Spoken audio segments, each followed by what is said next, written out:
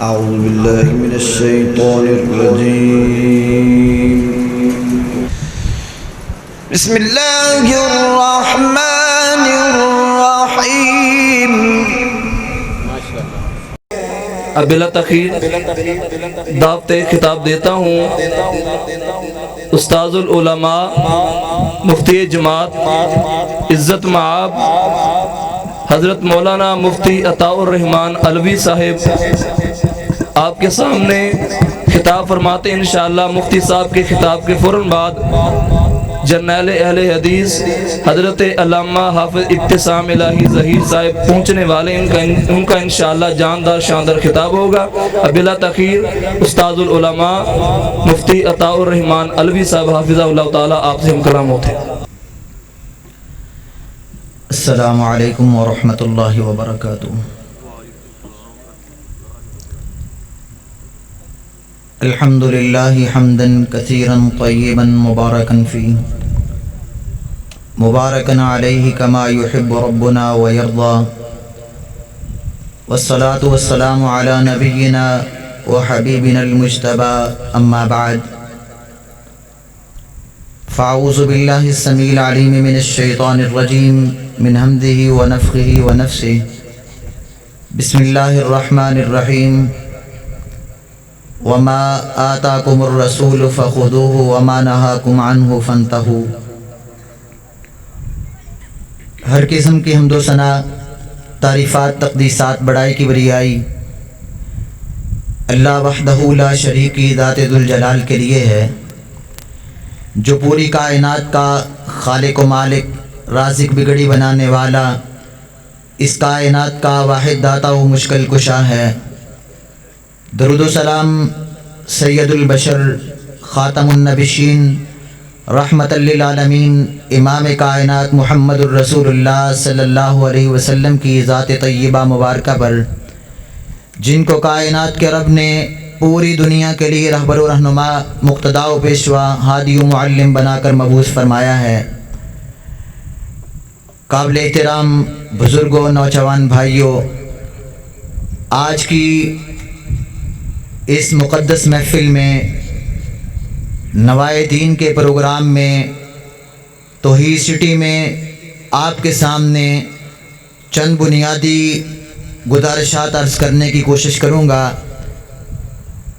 اس ارادے سے کہ ہم سب اس بات کو سمجھ کے اپنے آپ کے عقیدے کو مضبوط کریں، گھر والوں سے شیئر کریں، بچوں کو سکھائیں، دوست و احباب کو بتائیں، اور یہ پیغام حق پھیلتا چلا جائے. اللہ تعالی ہم سب کو اس کی توفیق عطا فرمائے.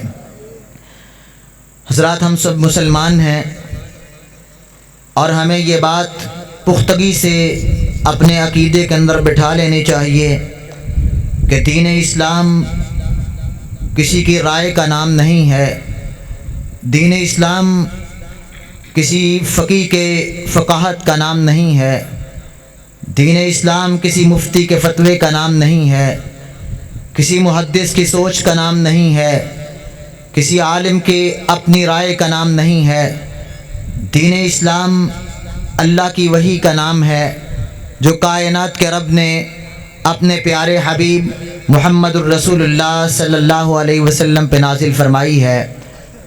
جب یہ بات ہم سمجھتے ہیں کہ دین وحی الہی کا نام ہے، تو ہمیں یہ بات بھی سمجھ لینی چاہیے کہ وحی کیا چیز ہے. اللہ ذوالجلال والاکرام نے جہاں وحی کا تذکرہ کیا، کیا پیغمبر ہم نے آپ پر بھی ایسے ہی وحی کی ہے جیسے پہلے پیغمبروں پر وحی کی؟ تو کائنات کے رب نے ارشاد فرما دیا، ما کان لبشر ان یکلمہ اللہ الا وحیا او من وراء حجاب او یرسل رسولا فیوحی باذنہ ما یشاء انہ علی حکیم. کہ کائنات کا رب دنیا کے کسی بشر سے بھی اگر کلام کرنا چاہتا ہے تو اللہ 3 وجوہات اور 3 طریقوں سے کلام کرتا ہے. سب سے پہلی بات، اللہ جس بشر کو نبوت و رسالت کے لیے منتخب کرتا ہے، اللہ اس کے دل میں بات ڈال دیتا ہے، اور پیغمبر کے دل میں بات آئے تو اس کو الہام کہتے ہیں. میرا اور آپ کا الہام دین نہیں ہو سکتا، لیکن جب اللہ کسی پیغمبر کو الہام کرتے ہیں تو وہ الہام بھی دین ہوتا ہے، کیونکہ وہ وہی ہوا کرتا ہے۔ دوسری چیز، اللہ ذوالجلال والاکرام خود پردے کے پیچھے من وراء حجاب اس سے کلام کرتے ہیں، جیسے میرے اور آپ کے نبی کے ساتھ اللہ ذوالجلال والاکرام نے معراج کی رات پردوں کے پیچھے بات کی۔ یہ پیغمبر کے ساتھ رب کے کلام کا انداز ہے۔ اور تیسری صورت یہ ہوتی ہے کہ اللہ جبریل امین کو بھیجتے ہیں، اللہ کی وحی کا پیغام فرشتہ لے کے آتا ہے اور اپنے پیغمبر پہ، اللہ کے پیغمبر پہ اللہ کا پیغام نازل کرتا ہے۔ یہ تین طریقے وحی کے ہوتے ہیں۔ جب ہم قرآن مجید کو دیکھتے ہیں تو پورے کا پورا قرآن وحی کا ایک سلسلہ ہے۔ نزل بہ الروح الامین علی قلبک لتکون من المنذرین۔ اللہ ذوالجلال والاکرام نے جبریل امین کے ذریعے پورا قرآن اپنے پیغمبر کے قلب اطہر پہ نازل فرمایا ہے۔ وحی کے دو سلسلے، الہام اور پردے کے پیچھے بات، حدیث کی صورت میں ہے۔ تو گویا قرآن مجید اللہ کی وحی کا ایک حصہ ہے اور دو حصے حدیث کی صورت میں ہیں۔ جب تک انسان قرآن کے ساتھ حدیث کو نہیں مانتا اس وقت تک وہ وحی کو نہیں مانتا۔ جو حدیث کا منکر ہے وہ وحی کا منکر ہے۔ تو کائنات کے رب نے اپنے دین کی بنیاد بتا دی کہ دین اسلام وحی الہی کا نام ہے، اور وہ دو صورتوں میں ہے، ایک رب کے قرآن کی صورت میں، اور وما ینطق عن الہوی ان ہوا الا وحی یوحی، پیغمبر کی بات ہوتی ہے، وحی پہ مبنی ہوا کرتی ہے۔ گویا قرآن و حدیث یہ پورے دین کی بنیاد ہے۔ ہم نے دین اللہ کے قرآن سے لینا ہے، نبی کریم صلی اللہ علیہ وسلم کی حدیث سے لینا ہے۔ ہمیں اسی بات کا حکم دیا گیا ہے، اتبعوا ما انزل الیکم من ربکم، جو رب نے نازل کیا اس کی اتباع کرنی ہے، اور وہ قرآن کی صورت میں ہے، حدیث مصطفیٰ کی صورت میں ہے، کیونکہ میرے اور آپ کے نبی اپنی رائے سے نہیں بولتے۔ رسول کائنات کا گھر ہے، ایک بوڑھی عورت آتی ہے، آ کر عرض کرتی ہے، آقا میرے شوہر نے اس بڑھاپے کی عمر میں مجھے اپنی ماں کی طرح قرار دے دیا ہے، اللہ کے نبی جاؤں تو کہاں جاؤں، بچے ہیں، قصور شوہر کا ہے، اب کیا میری جدائی ہوگی یا کیا ہوگا؟ کونین کے تاجدار کے حجرے میں یہ عورت بات چیت کر رہی ہے، اللہ کے نبی جواب نہیں دیتے، اور پھر اللہ ذوالجلال والاکرام کے سامنے التجا کرتی ہے۔ کائنات کے رب نے قرآن نازل کیا تو پیغمبر نے دین بتایا۔ قد سمع اللہ قول التی تجادلک فی زوجہا وتشتکی الی اللہ واللہ یسمع تحاورکما۔ قرآن مجید کا یہ مقام بتاتا ہے کہ اگر کوئی شخص اپنی بیوی کو ماں کہہ بیٹھے تو پھر اس کے لیے کیا ہے؟ کفارہ ہے، اس نے کفارہ ادا کرنا ہے۔ لیکن بات کرنے کا مقصد یہ ہے کہ پیغمبر نے اس وقت تک جواب نہیں دیا جب تک آسمان سے وحی نازل نہیں ہوئی۔ میرا پیغمبر بات کرتے تھے تو وحی کی بنیاد پہ بات کیا کرتے تھے۔ ابو داود کی حدیث ہے، سیدنا جابر بن عبداللہ رضی اللہ عنہ کہتے ہیں، اور بھی کتب احادیث میں کہتے ہیں، میرے گھر میں اللہ کے نبی صلی اللہ علیہ وسلم تشریف لائے، اللہ کے رسول صلی اللہ علیہ وسلم تشریف فرما ہے، مجھ پر بے ہوشی طاری ہے، زندگی و موت کی کشمکش میں ہوں، بعد میں اللہ نے شفا دے دی تھی۔ اللہ کے پیغمبر صلی اللہ علیہ وسلم نے پانی کے چھینٹے لگائے، مجھے ہوش آیا، میں نے کہا اللہ کے رسول صلی اللہ علیہ وسلم مجھے بتائیے میں اپنے مال کا کیا کروں؟ رسول کائنات علیہ الصلوۃ والسلام کہتے ہیں، کیا میرے صحابی میں تجھے کچھ نہیں بتا رہا، خاموشی اختیار کرتا ہوں؟ کہتے کافی دیر خاموش رہے، پھر جبریل امین آئے، وراثت کی آیات نازل ہوئیں، پھر اللہ کے نبی صلی اللہ علیہ وسلم نے مجھے پڑھ کر سنائیں کہ اللہ ذوالجلال والاکرام نے یوصیکم اللہ فی اولادکم للذکر مثل حظ الانثیین، اللہ نے قرآن نازل کر دیا ہے۔ قرآن مجید کی ان آیات کا شان نزول بھی بتاتا ہے کہ پوچھنے والے صحابی ہیں، اللہ کے نبی سے مسئلہ پوچھتے ہیں، اللہ کے نبی مال کے بارے میں کیا کروں؟ کونین کے تاجدار اس وقت تک جواب نہیں دیتے جب تک آسمان سے وحی نہیں آتی۔ پیغمبر نے جو کچھ بتایا ہے حدیث کی صورت میں آیا ہے صحیح سند کے ساتھ ثابت ہے، اللہ کے نبی کی وہ حدیث وحی پر مشتمل ہے، اس لیے ہم نے دین وحی الہی کے نام کو سمجھنا ہے۔ جب آدمی تحقیق کے میدان میں اترتا ہے، آج دنیا میں اختلاف ہوتا ہے، کوئی کسی راہ کی طرف لے جانا چاہتا ہے، کوئی کسی راہ کی طرف لے جانا چاہتا ہے، کوئی اپنا مسئلہ بیان کرتا ہے، کوئی اپنا مسئلہ بیان کرتا ہے، لیکن بڑا آسان حل ہے۔ ہم نے دین کو بنیادوں سے لینا ہے، اور دین کی بنیاد وحی الہی ہے۔ جب ہم دین کو وحی کی بنیاد پہ سمجھیں گے تو اللہ ذوالجلال والاکرام کی توفیق سے اختلافات مٹیں گے، اتفاق آئے گا، حق واضح ہوگا، اور اللہ کے دین کی صحیح سمجھ آئے گی۔ دین اسلام وحی الہی کا نام ہے۔ آج اس بات کو بخوبی اپنے ذہن نشین کر لیجئے کہ دین اسلام اللہ کی وحی کا نام ہے۔ تھوڑی سی کو اور کم کر دیں۔ حضرات، میں دو باتیں عرض کرنے لگا ہوں۔ پہلی بات، اپنے ذہن نشین کیجئے، کوئی آدمی کتنا ہی مخلص کیوں نہ ہو، اگر اس کے اخلاص پہ سنت کی مہر موجود نہیں ہے تو اللہ کے دین میں کسی کے اخلاص کی بھی کوئی قدر نہیں ہے۔ اخلاص دنیا میں وہ عظیم الشان دولت ہے کہ آج مخلص دوستوں کی دوست قدر کرتے ہیں، جو دنیا میں مخلص نہیں اس کی قدر بھی نہیں ہے۔ اخلاص کی قدر اللہ کے ہاں ہے، لیکن کوئی کتنا مخلص کیوں نہ ہو، اگر اس کے اخلاص پہ سنت کی مہر نہیں ہے، اس کا اخلاص شریعت اور دین میں کوئی حیثیت نہیں رکھتا۔ ایک آدمی، صحیح بخاری کی حدیث ہے، رسول اللہ صلی اللہ علیہ وسلم کے پیچھے عید کی نماز پڑھتا ہے۔ اللہ کے نبی صلی اللہ علیہ وسلم خطاب کرتے ہیں کہ لوگوں، ہمارا طریقہ یہ ہے کہ ہم عید الاضحیٰ کی نماز پڑھیں گے، اس کے بعد قربانیاں کریں گے۔ صحیح بخاری کی حدیث، ابو بردہ بن نیار رضی اللہ عنہ کہتے ہیں، اللہ کے پیغمبر صلی اللہ علیہ وسلم، میں تو قربانی کر کے عید کی نماز پڑھنے کے لیے آیا ہوں۔ میرا خلوص کیا تھا، میرا جذبہ کیا تھا، میرے ہمسائے غریب ہیں، سوچا جلدی جلدی جانور ذبح کر کے گوشت بنا کے غریبوں میں تقسیم کر کے پھر نماز کے لیے چلتا ہوں، تاکہ میں نیکی میں آگے بڑھ جاؤں، جلدی کروں۔ سوچ اعلیٰ، فکر اعلیٰ، جانور پہ اللہ کا نام لے کر ذبح کیا، اور ایک فکر اور اخلاص کے ساتھ کہ اللہ تعالیٰ میرے صدقے کو جلدی قبول کر لے، قربانی کو جلدی قبول کرے، غریبوں کا بھلا ہو جائے۔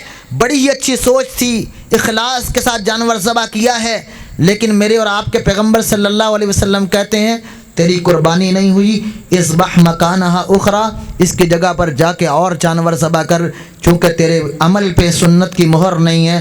سنت یہ ہے کہ عید کی نماز کے بعد جانور ذبح کریں، تو نے عید کی نماز سے پہلے جانور ذبح کر لیا ہے۔ تیرا خلوص کتنا ہی کیوں نہ ہو، تیری محبت کتنی ہی کیوں نہ ہو، اللہ کی شریعت میں تیرے خلوص کی کوئی قدر نہیں ہے۔ حضرات، آج بھی اذان کے بعد رسول اللہ صلی اللہ علیہ وسلم نے درود سکھایا ہے کہ اذان کے بعد پڑھنا ہے۔ بعض لوگ محبت رسول اللہ میں اذان سے پہلے درود پڑھتے ہیں۔ کبھی سوچا ہے کہ اس محبت و خلوص پہ سنت کی مہر بھی موجود ہے کہ نہیں؟ اگر ہمارے اس عمل پہ سنت کی مہر نہیں ہے تو چاہے کوئی درود پڑھنے والا اذان سے پہلے درود پڑھے، اگر سنت کی مہر نہیں ہے تو اللہ کی بارگاہ میں اس کے خلوص کی اور محبت کی کوئی قدر نہیں ہے۔ حضرات، تین آدمی بڑے خلوص کے ساتھ، بڑے جذبات کے ساتھ بارگاہ رسالت میں آئے، آ کر کہتے ہیں، دروازہ کھٹکھٹایا، پوچھتے ہیں اللہ کے نبی گھر میں ہیں؟ نہیں، اللہ کے پیغمبر گھر میں نہیں ہیں۔ ہمیں اللہ کے نبی کی عبادت بتائی جائے، کیسے عبادت کرتے ہیں؟ بتایا گیا کہ یہ اللہ کے رسول رات کو اتنی نماز پڑھتے ہیں، دن کو یہ عمل کرتے ہیں۔ تینوں شخص سوچتے ہیں کہ ہماری عبادت کم ہے، خلوص کے ساتھ، جذبے کے ساتھ کیا کہتے ہیں؟ ایک آدمی کہتا ہے میں اب ہر دن روزے کی حالت میں گزاروں گا، روزے رکھنے ہیں۔ دوسرا کہتا ہے کہ میں نے رات کو سونا ہی نہیں، راتوں کو میں نے قیام کرنا ہے، ساری رات اللہ کی عبادت کرنی ہے۔ تیسرا کہتا ہے میں نے نکاح ہی نہیں کرنا تاکہ کہیں میری مصروفیتیں اللہ کی عبادت میں رکاوٹ نہ بن جائیں۔ آپ دیکھیں کہ سوچ کتنی اعلیٰ ہے کہ ہماری ریاستیں کم، عبادتیں کم، اعمال کم، اور اللہ کے پیغمبر پوری کائنات سے پاکیزہ و اعلیٰ ہستی، اور ان کی اتنی عبادتیں، ہمارے اعمال کم کیوں ہیں؟ سوچ اعلیٰ، فکر اعلیٰ، خلوص سے بھرے ہوئے جذبات۔ اللہ کے پیغمبر گھر میں آئے، بتایا گیا کہ اللہ کے رسول، آپ کے 3 صحابی آئے تھے، یہ باتیں کر کے چلے گئے ہیں۔ اللہ کے نبی نے بلا لیا، سرور کائنات علیہ الصلوۃ والسلام نے کہا تم نے یہ باتیں کی ہیں؟ کہا اللہ کے رسول کی ہیں۔ کہا یاد رکھو تم نے مجھے فالو نہیں کیا، میری سیرت کو نہیں دیکھا۔ میں نے اگر راتوں کو قیام کیا تو میں راتوں کو سوتا بھی ہوں، میں دن میں نفلی روزے رکھتا ہوں تو میں دن کو کبھی نفلی روزے چھوڑ بھی دیتا ہوں، اور میں نے نکاح بھی کر رکھے ہیں۔ اگر تم میری سنت سے ہٹ کے عبادت کرنا چاہو گے تو سن لو، فمن راغب عن سنتی فلیس منی۔ اس موقع پر پیغمبر کائنات نے کہا تھا جس نے میری سنت سے اعراض کیا اس کا مجھ سے تعلق نہیں ہے۔ اب سوچیں، وہ نماز کی بات کر رہے ہیں، روزے کی بات کر رہے ہیں، قیام کی بات کر رہے ہیں، رب ذوالجلال کے لیے اپنی زندگیوں کو وقف کرنے کی بات کر رہے ہیں۔ سوچ بھی اعلیٰ، فکر بھی اعلیٰ، خلوص سے بڑی ہوئی یہ سوچ ہے، لیکن سنت کی مہر نہیں۔ تو کونین کے تاجدار کہتے ہیں کہ تمہارا عمل چاہے نماز کی صورت میں ہو، روزے کی صورت میں ہو، قیام کی صورت میں ہو، اگر میرے طریقے کے مطابق نہیں ہے تو اللہ کی بارگاہ میں تمہارے اس خلوص اور جذبات کی کوئی حیثیت نہیں ہے۔ حضرات، دین وحی الہی کا نام ہے، اپنی رائے کا نام نہیں۔ اور صحابہ کرام رضوان اللہ علیہم اجمعین نے رسول کائنات علیہ الصلوۃ والسلام سے یہ اصول بڑی پختگی کے ساتھ سمجھ لیا تھا کہ چاہے کتنا ہی بڑا شخص کیوں نہ ہو، اس کی رائے کتنی ہی اعلیٰ کیوں نہ ہو، اگر سنت کی مہر نہیں ہے تو اس کی رائے کی کوئی حیثیت نہیں ہے۔ آپ جانتے ہیں ایک ایسی شخصیت کو کہ وہ سوچتا زمین پہ ہے، کائنات کا رب آسمان سے قرآن بنا کے نازل کر دیتا ہے۔ پیغمبر کائنات نے کہا تھا کہ ہر امت میں ایک ملہم ہوتا ہے، الہام زدہ شخص ہوتا ہے جس کے دل میں اللہ باتیں ڈالتے ہیں۔ میری امت میں اگر کوئی ہے تو وہ عمر بن خطاب رضی اللہ عنہ ہیں۔ وہ عظیم شخصیت ہیں کہ جن کے بارے میں کونین کے تاجدار نے کہا تھا اے عمر تیرے ایمان کے کیا کہنے، جس گلی سے تو چلتا ہے شیطان بھی راہیں چھوڑ جاتا ہے۔ وہ عظیم الشان شخصیت کے جن کے بارے میں سیدنا علی المرتضیٰ رضی اللہ عنہ نے کہا تھا اے عمر آج تو دنیا سے گیا ہے، اگر میری تمنا ہے کہ میرا اعمال نامہ بھی کسی جیسا ہو تو میں تمنا کرتا ہوں کہ علی کا اعمال نامہ عمر جیسا ہو جائے رضی اللہ عنہما۔ وہ عظیم شخصیت ایک رائے اختیار کرتے ہیں، انسان ہے بعض اوقات اچھا سوچ لیتا ہے۔ رائے کیا تھی کہ لوگ حج کے لیے آتے ہیں اور عمرے کے لیے آتے ہیں، احرام باندھتے ہیں، عمرہ کر کے احرام کھول دیتے ہیں، پھر درمیان میں اپنی زندگی سے لطف اندوز ہوتے ہیں، پھر حج کا احرام باندھتے ہیں۔ کیوں نہ ایسا ہو کہ عمرے کا احرام باندھا پھر اللہ اللہ ہی کرتے رہیں اور پھر حج کر کے فارغ ہوں۔ سوچ کتنی اعلیٰ ہے، لیکن پیغمبر کائنات نے چونکہ یہ رخصت دی ہے کہ عمرے کے بعد احرام کھول دیں تو سیدنا عبداللہ ابن عمر رضی اللہ عنہ کھڑے ہوتے ہیں۔ امام ترمذی رحمۃ اللہ علیہ جامع ترمذی میں نقل کرتے ہیں سیدنا عبداللہ ابن عمر نے کہا تھا کہ آج میرے باپ نے اگر حج تمتع پہ پابندی لگا دی ہے، لیکن میں نبی کا صحابی اپنے باپ کی بات نہیں کرتا، میں رسول اللہ کی شریعت کی بات کرتا ہوں۔ حج تمتع کا احرام باندھا، لوگ کہتے ہیں کہ تیرے باپ نے منع کیا ہے، وقت کا خلیفہ بھی ہے، خلیفہ راشد بھی ہے، نبی کا عظیم صحابی بھی ہے، تیرا باپ بھی ہے۔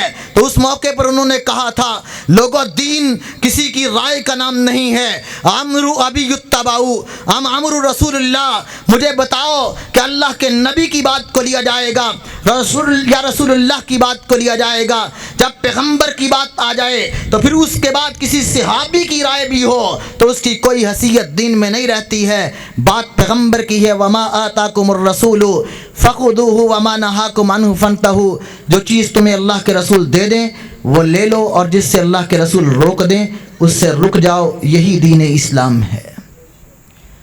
حضرات، آج ہمیں بھی یہ بات سمجھنی ہے، کوئی عام آدمی ہو تو اس کی رائے کی بھی کوئی حیثیت نہیں۔ ایک آدمی سیدنا عبداللہ ابن عمر رضی اللہ عنہ کے پاس آ کر بات کرتا ہے، حجر اسود کے استعلام کے بارے میں، اس کو چھونے کے بارے میں اپنی رائے کا اظہار کرتا ہے۔ تو سیدنا عبداللہ ابن عمر رضی اللہ عنہ نے کہا تھا اجعل ارائیتک فی الیمن، اور دین کے مسئلے میں اپنی رائے لے کے آنے والا کہ میری یہ رائے ہے، میری یہ رائے ہے، جاؤ لے جاؤ اپنی رائے کو یمن میں، ہم نے رسول اللہ سے دین سیکھا ہے، جو پیغمبر نے کہا ہے وہ کہیں گے، جو پیغمبر نے کیا ہے وہ کریں گے. ہم دین کے اندر کسی کی رائے کو دخل نہیں دینے دیں گے. حضرات آج ہم دیکھتے ہیں کہ آج لوگ گروہ بندیوں میں بٹ گئے، اپنی اپنی رائے لینے لگے، اپنی اپنی فکر کا اظہار کرنے لگے.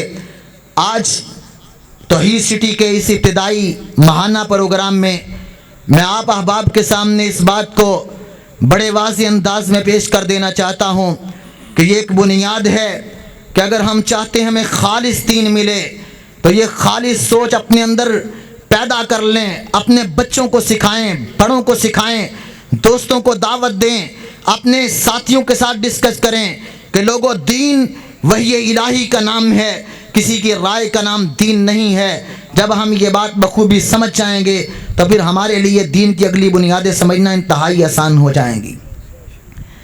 حضرات میں اس بات کو آگے بڑھاتے ہوئے 2-3 باتیں عرض کر کے بات کو سمیٹنا چاہتا ہوں.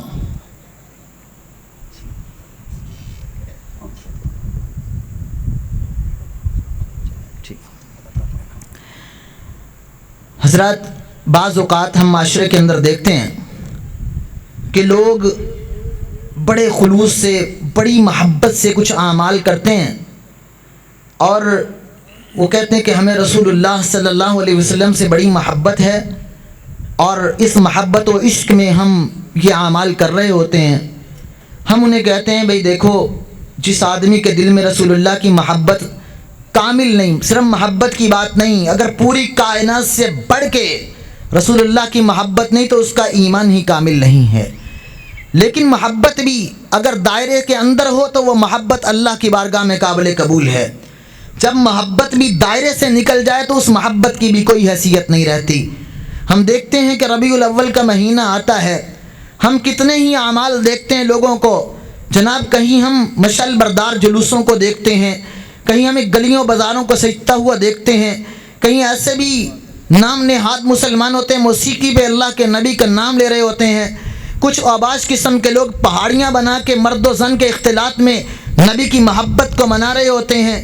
کچھ لوگ خاص انداز سے رسول اللہ صلی اللہ علیہ وسلم کے نام کو بلند کرتے ہوئے اللہ ذوالجلال والاکرام کی ذات سے ملا رہے ہوتے ہیں. پھر اپنے اپنے انداز میں کئی قسم کے کام ہم دیکھتے ہیں ربیع الاول کے مہینے میں. حضرات ہمیں سوچنا چاہیے اگر تو یہ سارے کام رسول اللہ صلی اللہ علیہ وسلم نے کیے ہیں پھر ہماری محبت کامل ہے. اگر ہمارے عمل پہ رسول اللہ کی مہر نہیں ہے تو امام مالک رحمہ اللہ نے، جو امام دار الہجرہ ہیں، مدینے کے امام تھے، اللہ کے نبی کے پڑوس میں مسجد نبوی میں بیٹھ کے حدیث کا درس دیا کرتے تھے. موطا امام مالک حدیث کی کتاب مرتب کی. امام مالک کہا کرتے تھے لوگوں معلوم یکن دینن یومئذ، جو اللہ کے نبی کے دور میں دین نہیں تھا آج بھی دین نہیں ہے. یہ بات تو انہوں نے پہلی صدی کے اندر کہہ دی، دوسری صدی کے ہجری کے اندر کہہ دی. آج صدیاں گزرنے کے بعد بھی ہم اسی بات کا اعلان کرنا چاہتے ہیں کہ کائنات کے لوگوں، دین اللہ کی وحی کا نام ہے، قرآن کا نام ہے، حدیث رسول اللہ کا نام ہے. جو چیز اللہ کے قرآن سے ثابت نہیں ہے، حدیث رسول اللہ سے ثابت نہیں ہے، جو عمل پیغمبر کی زندگی میں نہیں تھا، جو پیغمبر کے صحابہ کی زندگی میں نہیں تھا، وہ آج بھی دین نہیں ہو سکتا. جو اس دور میں دین تھا آج بھی دین وہی ہے. اگر منمانی کریں گے، اپنی مرضی کریں گے تو دین میں وہ قابل قبول نہیں ہے. امام ترمذی رحمہ اللہ نے جامع الترمذی میں نقل کیا، ایک آدمی چھینک لیتا ہے، سیدنا عبداللہ بن عمر رضی اللہ عنہ موجود ہیں. چھینک لینے والا چھینک لینے کے بعد کہتا ہے الحمدللہ والصلاۃ والسلام علی رسول اللہ. یہ پیارے سے کلمات کہتا ہے. کیا کلمات کہے؟ الحمدللہ.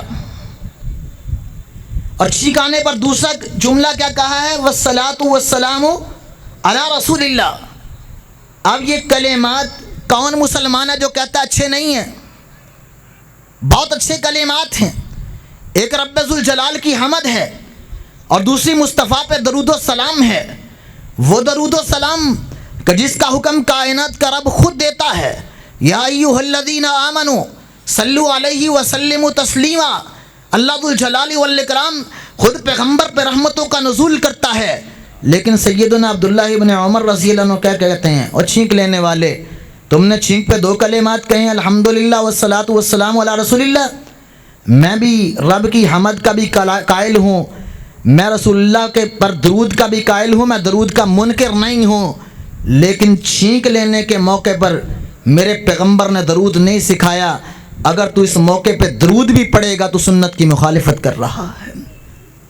حضرات، درود کتنی اعلیٰ چیز ہے، لیکن چھینک لینے پر اگر نبی نے درود نہیں سکھایا تو صحابہ کہتے ہیں رب کی بارگاہ میں یہ تیرا عمل محبت والا رب کی بارگاہ میں قبول نہیں ہے۔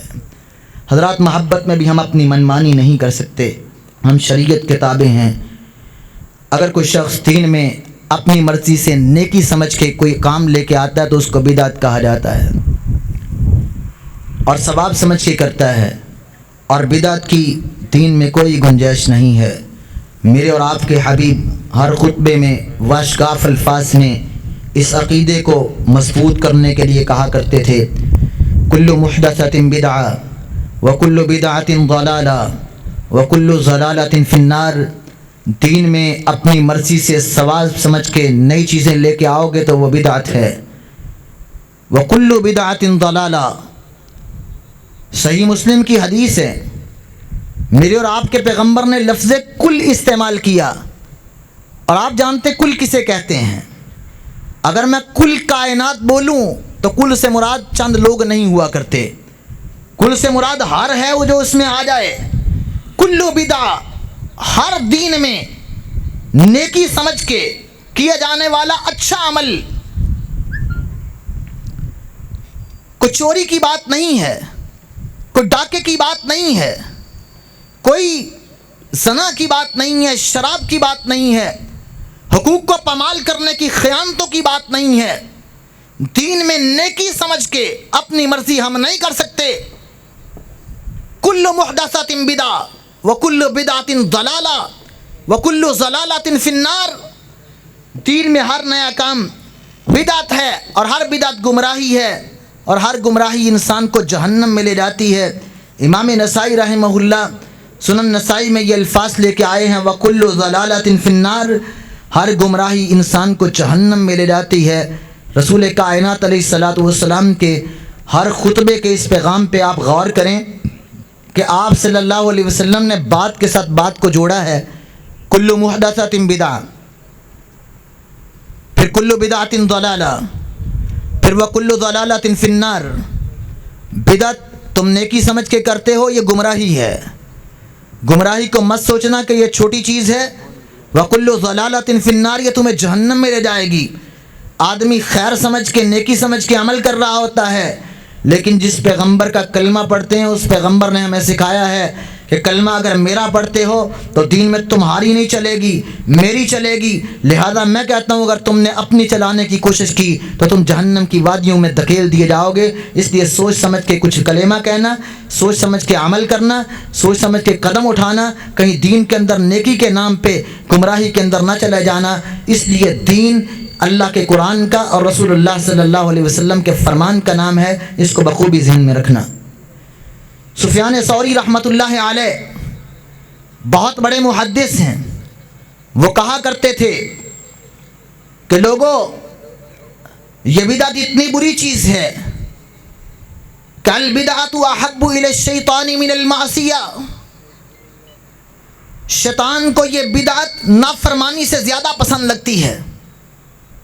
آج ہم انسان ہیں، غلطی کے پتلے ہیں، ہم سے بڑی غلطیاں ہو جاتی ہیں، لیکن ہمارا ضمیر کبھی ہمیں جھنجھوڑتا ہے اور کہتا ہے ڈر جا اللہ سے، تو نے فلاں بھی نافرمانی کی، فلاں بھی نافرمانی کی۔ ہم گڑ گڑاتے ہیں، روتے ہیں، اللہ ہم تیرے مجرم بن گئے، ہمیں معاف کر دے۔ ہم اپنے گناہوں کی، تنہائیوں میں کیے ہوئے گناہوں کی معافیاں مانگ لیتے ہیں۔ گناہ سے تو انسان توبہ کر لیتا ہے، لیکن ایک آدمی نیکی سمجھ کے اگر کوئی عمل کر رہا ہو لیکن سنت کی مہر نہیں، اس کو سمجھانا بڑا مشکل ہوتا ہے۔ وہ سمجھتا ہے میں نیکی سمجھ کے کر رہا ہوں، شیطان ایسا ورغلا کے اس کو نیکی کے نام پہ دین سے ہٹا دیتا ہے۔ سفیان ثوری رحمہ اللہ کہا کرتے تھے اس لیے بدعت شیطان کو پسند ہے کہ لا یتاب علیہ، لوگ بدعت سے توبہ نہیں کرتے، گناہ سے تو انسان اللہ سے ڈر کے توبہ کر لیتا ہے۔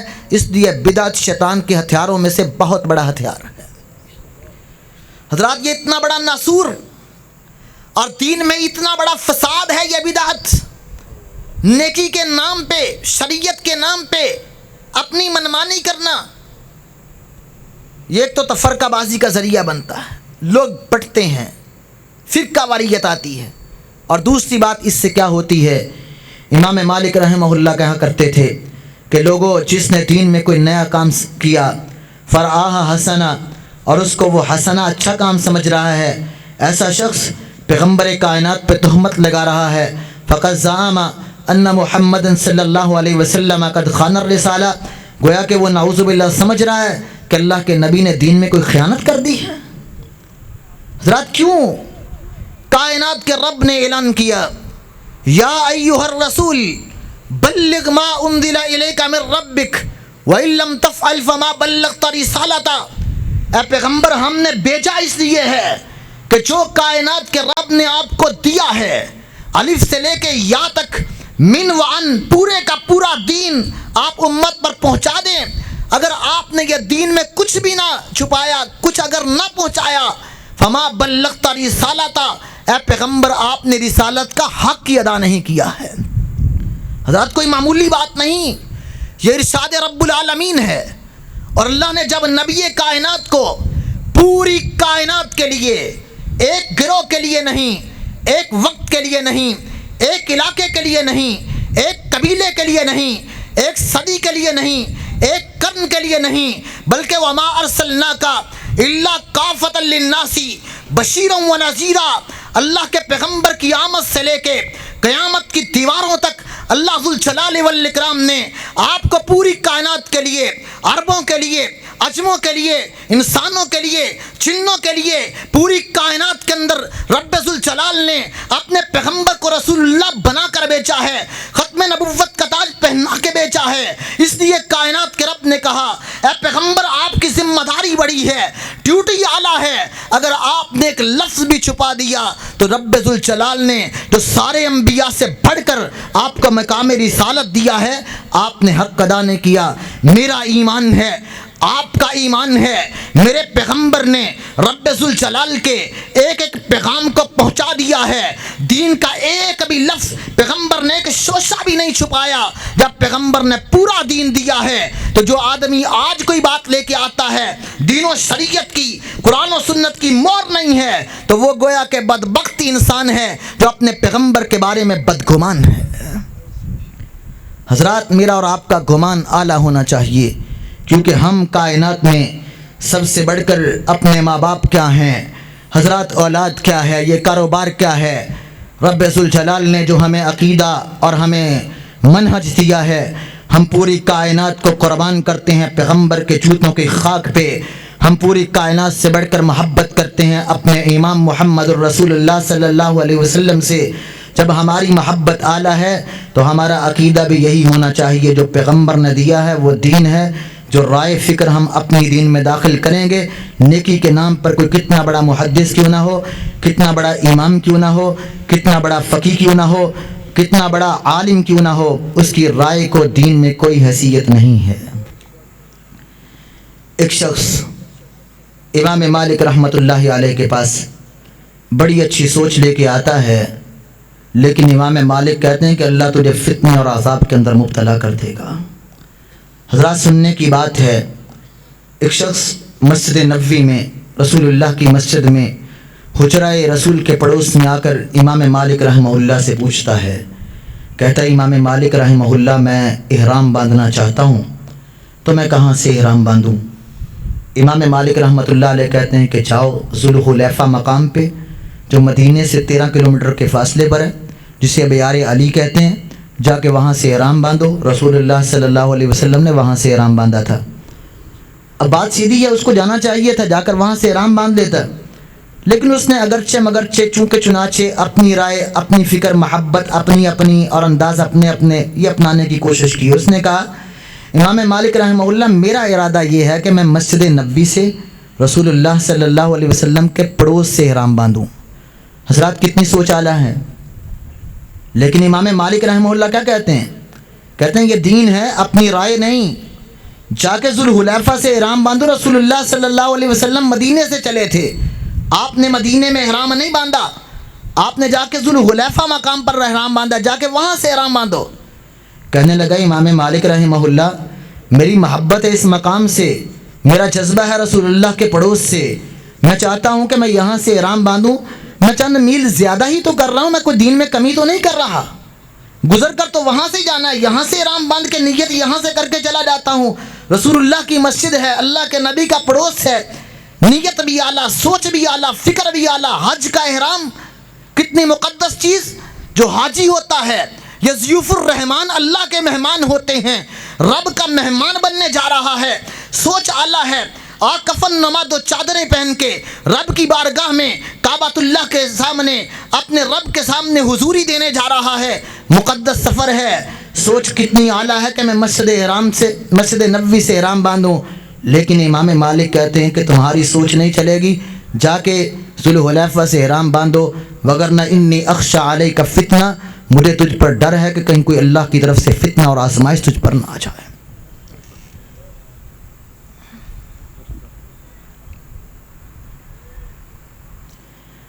حضرات،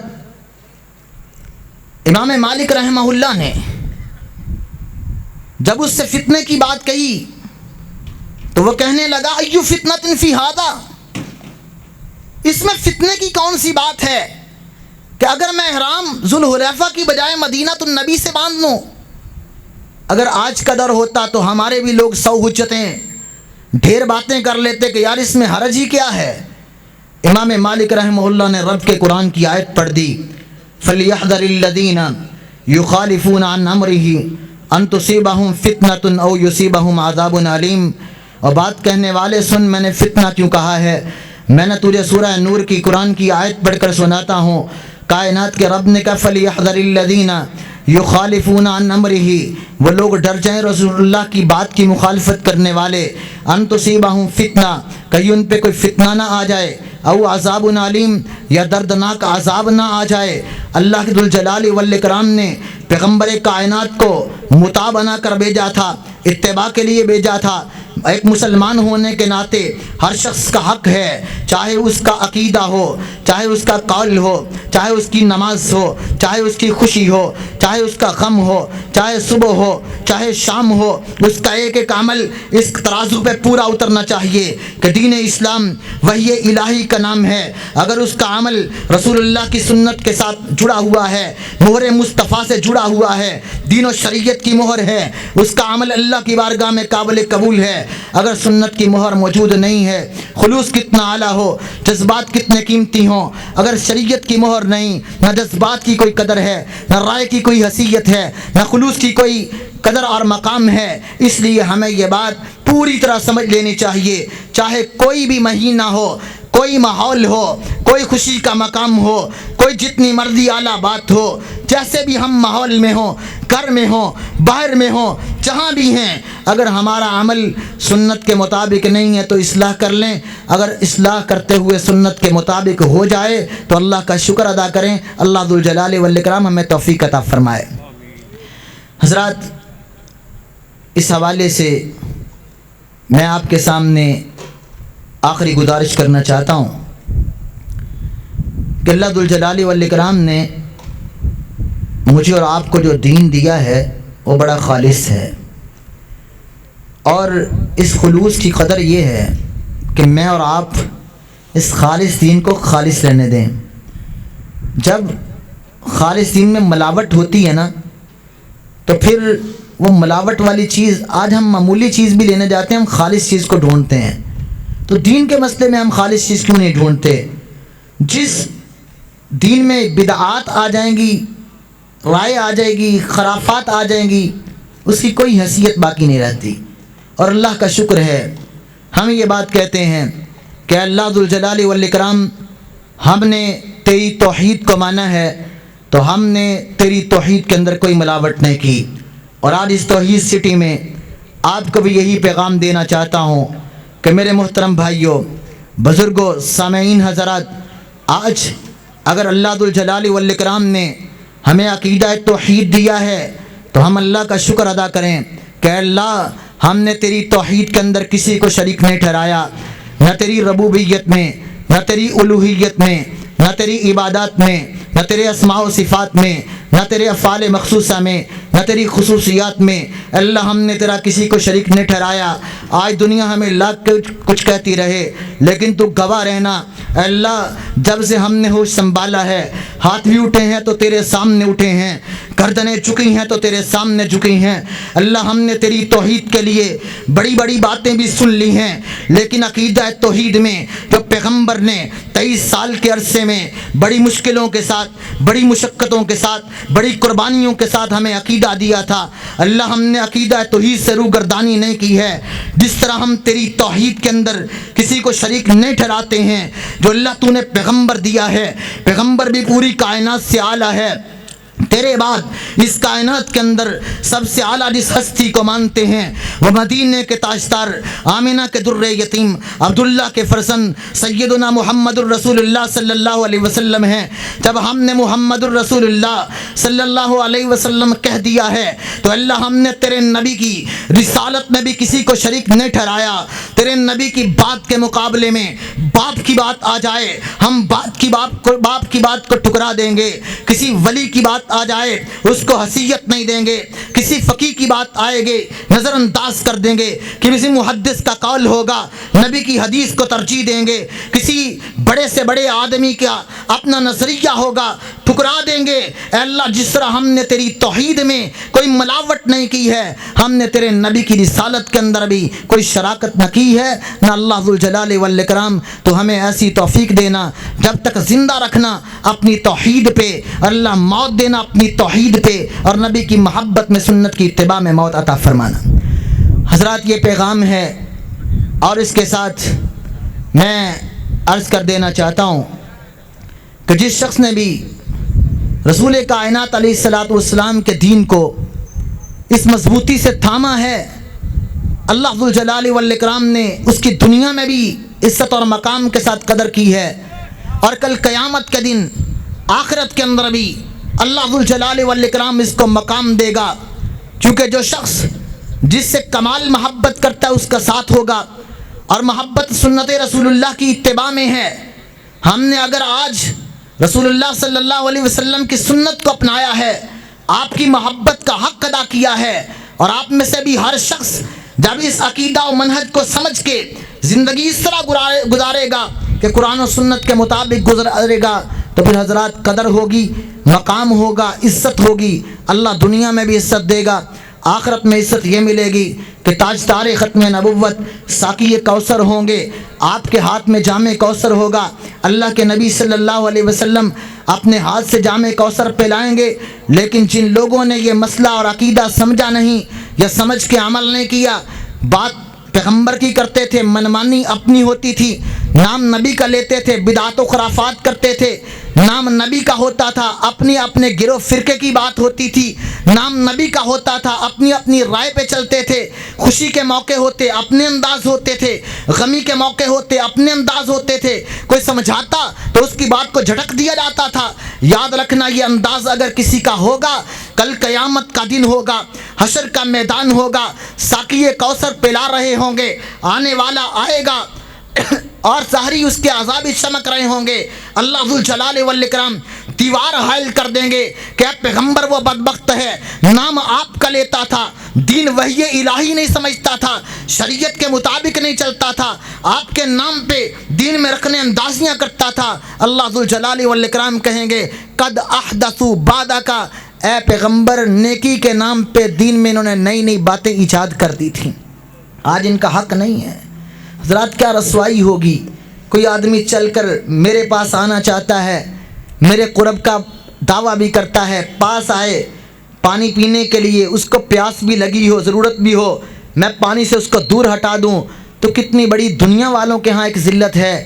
تو حضرات پوری کونین کے تاجدار میرے اور آپ کے نبی رحمت للعالمین اگر کسی کو جھٹک کے رکھ دیں، اس سے بڑی بد نصیبی کی کیا بات ہوگی۔ اور اللہ ذوالجلال والاکرام کہیں گے انک لا تدری ما احدثوا بعدک، پیغمبر آپ نہیں جانتے انہوں نے دین میں کیا نئے نئے کام کیے ہیں۔ تو اللہ ذوالجلال والاکرام کے پیغمبر کیا کہیں گے، سحقن سحقن لمن غیر آبادی، جنہوں نے میرے دین کو بدل کے رکھ دیا، آج دور ہٹا دو، دور ہٹا دو۔ نبی کی قربت منمانیوں سے نہیں ملی تھی، نبی کی قربت سنت سے ملتی ہے۔ اگر میں اور آپ چاہتے ہیں کہ دنیا اور آخرت میں پیغمبر کائنات کی قربتیں ملیں، کل قیامت کے دن ساقی کوثر سے جام کوثر ملے۔ تو آئیے اس پیغام کو عام کریں کہ لوگوں، دین اللہ کی وحی کا نام ہے، قرآن و سنت کا نام ہے۔ ہم اپنے گرد و نواح میں پیار محبت سے دعوت دیں، کسی کا عمل دیکھیں جو سنت سے ہٹ کر ہے، سمجھائیں، اتمام حجت کر دیں، دعوت کے سلسلے کو عام کریں۔ اللہ تعالیٰ توفیق عطا فرمائے۔ حضرات، آخر میں اس سلسلے کے متعلقہ ایک وضاحت کرنا چاہتا ہوں۔ ابھی چند ہی لمحوں میں علامہ صاحب پہنچنے والے ہیں۔ میں اتنی لمبی گفتگو نہیں کرنا چاہتا تھا، لیکن ان کے انتظار میں انشاءاللہ العزیز ہمارا یہ ماہانہ پروگرام جس کی آج پہلی بنیاد ہے، اللہ تعالیٰ ان بھائیوں کو جزائے خیر دے جنہوں نے اس توحید سٹی کا آغاز کیا ہے۔ میری مراد میاں محمد عبداللہ صاحب اور ان کے رفقا، انتظامیہ توحید سٹی، اور یہ بابرکت کام ہے کہ اپنے اس سلسلے کا وہ آغاز اور بنیاد اس طرح کے دینی پروگراموں سے کر رہے ہیں۔ اللہ تعالیٰ ان کے ان اعمال صالحہ کو خلوص سے بھر کر اپنی بارگاہ میں قبول فرمائے۔ انشاءاللہ ہر ماہ کے اندر، ابھی انشاءاللہ ہم 1-2 پروگراموں کے بعد اس مقام پر پہنچ جائیں گے کہ ہر ماہ کی پہلی اتوار ہوگی، لیکن انشاءاللہ یہ نومبر میں اگلے ماہ کی 15 یہ تاریخ 14 نومبر کو یہ اتوار آ رہی ہے، دوسری اتوار کو انشاءاللہ یہاں پر جو پروگرام ہوگا، انشاءاللہ شیخ عبداللہ ناصر رحمانی صاحب کراچی والے تشریف لائیں گے۔ بہت بڑے عالم دین ہیں اور آپ لوگ احباب جانتے ہیں، تو انشاءاللہ شیخ عبداللہ ناصر رحمانی صاحب، اور اس کے ساتھ ہماری جماعت کے معروف خطیب شیخ یعقوب صاحب انشاءاللہ وہ بھی تشریف لائیں گے۔ تو انشاءاللہ یہ پروگرام ہمارا اسی طرح ہوا کرے گا کہ ہم نماز مغرب کے فوراً بعد یہ پروگرام شروع کریں گے۔ تمام احباب سے گزارش ہوگی کہ آئندہ پروگرام میں خود بھی آئیں، اور ہر بھائی 2-2 4-4 افراد کو انشاءاللہ لے کے آئے گا۔ تو انشاءاللہ نماز مغرب آپ یہاں ادا کریں گے، نماز مغرب کے فوراً بعد پروگرام شروع ہوگا انشاءاللہ۔ آئندہ ہمارے اس پروگرام کے اندر 2 خطیب ہوں گے، ایک شیخ عبداللہ ناصر رحمانی صاحب اور دوسرے شیخ یعقوب صاحب حفظہم اللہ تعالی۔ اور آپ احباب نے اس پروگرام کو انشاءاللہ مضبوط علمی پروگرام بنانے کے لیے بھرپور کوشش بھی کرنی ہے۔ کوئی اچھا مشورہ ہو، اچھی بات ہو، انشاءاللہ آپ دیں گے، اور اس طرح آپ ہمارے ساتھ وابستہ ہوں گے تو انشاءاللہ یہ سلسلہ چلتا رہے گا۔ سردیوں کے موسم میں بھی اور گرمیوں کے موسم میں بھی انشاءاللہ ہم اچھے انتظامات کی کوشش کریں گے، اور اس سلسلے کو ہم، یہ پہلا پروگرام تھا، آئندہ مضبوط بنانے کی کوشش کریں گے۔ تو آپ احباب نے اس حوالے سے بھرپور کوشش کرنی ہے کہ اس پروگرام کا حصہ بننا ہے، اور آئندہ ہر بھائی نے کوشش کر کے اپنے ساتھ 2-2 4-4 بھائیوں کو لے کے آنا ہے، تاکہ یہ بھرپور پروگرام بڑھتا چلا جائے اور ہماری یہ دعوت پھیلتی چلی جائے۔ اللہ تعالیٰ آپ کو توفیق عطا فرمائے۔ جزاکم اللہ خیر و بارک اللہ خیر۔